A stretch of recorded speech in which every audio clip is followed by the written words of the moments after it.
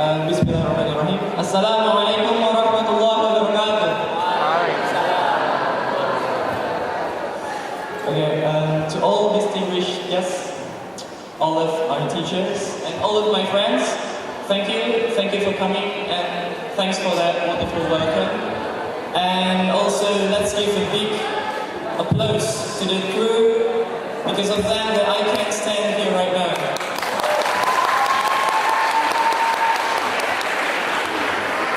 And also, don't forget, we could gather here all due to Allah. We seek His protection, we seek His forgiveness, and may peace and salutation always be given to our Prophet Muhammad sallallahu alaihi wasallam. Now, ladies and gentlemen, before I start my speech, I want to tell you a story. It was happened yesterday. Actually, it's 2 days ago. When someone from school told me to deliver a speech on Friday, which is yesterday, I'm beginning to, oh my god, I'm going to give a speech in front of parents. That's quite awesome, right? But, you know, at that time I'm struggling to find the data, the general data, starting to write my speech, the drafts, improving the languages. But in the end, yesterday, on the D-Day, they cancelled it because of something else. And I was so upset, I was so emotional. I couldn't control myself. I'm not attending the class photos. It's so, devastating. I was so devastating yesterday. But I always remember words from our God, from our creators, Allah subhanahu wa ta'ala.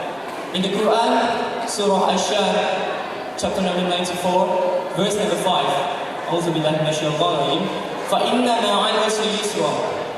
For indeed, hardship will be ease. So that motivates me. And at that time I was just, tawakal, yeah, just let it be, okay, maybe something better will come for me from Allah. And right now I'm standing here. Maybe this is the best.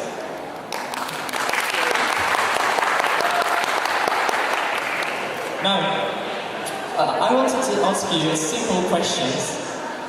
I think that the answer is quite complex. Why is Indonesia couldn't beat Japan? Or why is Indonesia couldn't keep up like Japan? Like, as we know, in 1945, when the US bombed the Hiroshima and Nagasaki, and at that time too, Indonesia gained their independence. So I think that Indonesia has a better opportunity, has a better chance to improve their quality, not only of its economy, but also of its social life. But as you know, according to the fact, and also you can see it right now, that Japan becomes better and better and better every year. So why is that happened? Now, ladies and gentlemen, right now, the center of the global economy, gravity, is shifting towards Asia.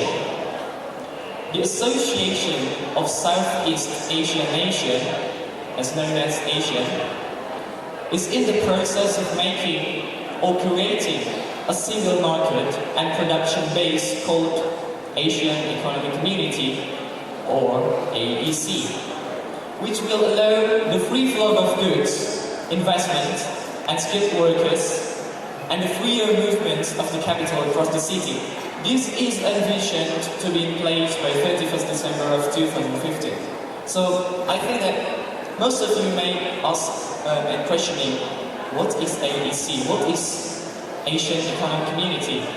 Because we often call it MEA, Masyarakat Ekonomi ASEAN. So, ladies and gentlemen, now is the time. We are at the beginning at 2016. And which means we are on this community right now. But the question is we already prepare for it? Can we beat the other countries? All of these questions, we must reflect it to ourselves. Like, before we compete and beat the other countries, let's beat ourselves first. According to the AtaraNews.com, that Indonesia must prepare itself to improve the quality not of its goods and investments, but also of its human skills. So what does this mean? Does this mean that Indonesia has a bad or negative human skills? Yes, we are lack of education, but not the education in the academic terms. It's the education of life. There are lots of people in Indonesia that didn't keep up with the rules. You know, sometimes they give us stupid, nonsense reasons for that. That policy. That's quite common in our life, right? So, ladies and gentlemen, this is the main point of our problem, is ourselves. It's not the other countries. So, that is why we have to improve our quality of education. Not just in the academic, but our life. So, ladies and gentlemen, at present there have been many foreign workers and consultants who have entered Indonesia. So, I think that it is quite irrational if we didn't become the biggest country in the Asia, because according to the statistic, we have a population of about 240 million. That's a lot, okay? And according to the Ministry of Education, of Indonesian Education, in around 2025, there will be more youngsters than today. At that time, we called it the golden generation. And how do we achieve this? Before we think thoroughly onto this, let's look at our personal life. Let's reflect it to ourselves. Okay? Let's look at the environment that we lived on. With our current condition, can we, especially me as a teenagers, make a good impact for Indonesia in the upcoming years? Say maybe 5, 10, or even 15 years later. We should think about the things that we will do to our country.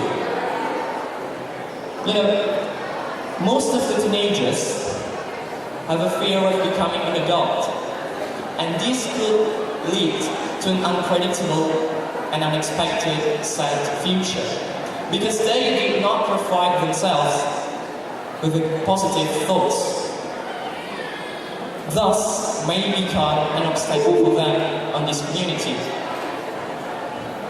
And also, according to the Quran, Surah Fatir, chapter 35, verse number 39, in the English translation, Allah said, "It is He, Allah, who has made you successors upon the earth.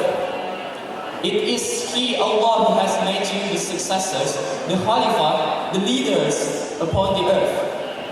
So Allah has said this, that we are the leaders. We can be the leaders, not just on this community, but also this earth. So it's not just depending on us. It's not just depending on how we, improve ourselves. Let's change the shape of our behavior. Although no one can go back and make a brand new start, we can start from now and make a brand new ending.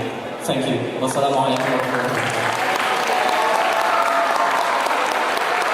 Ya, terima kasih untuk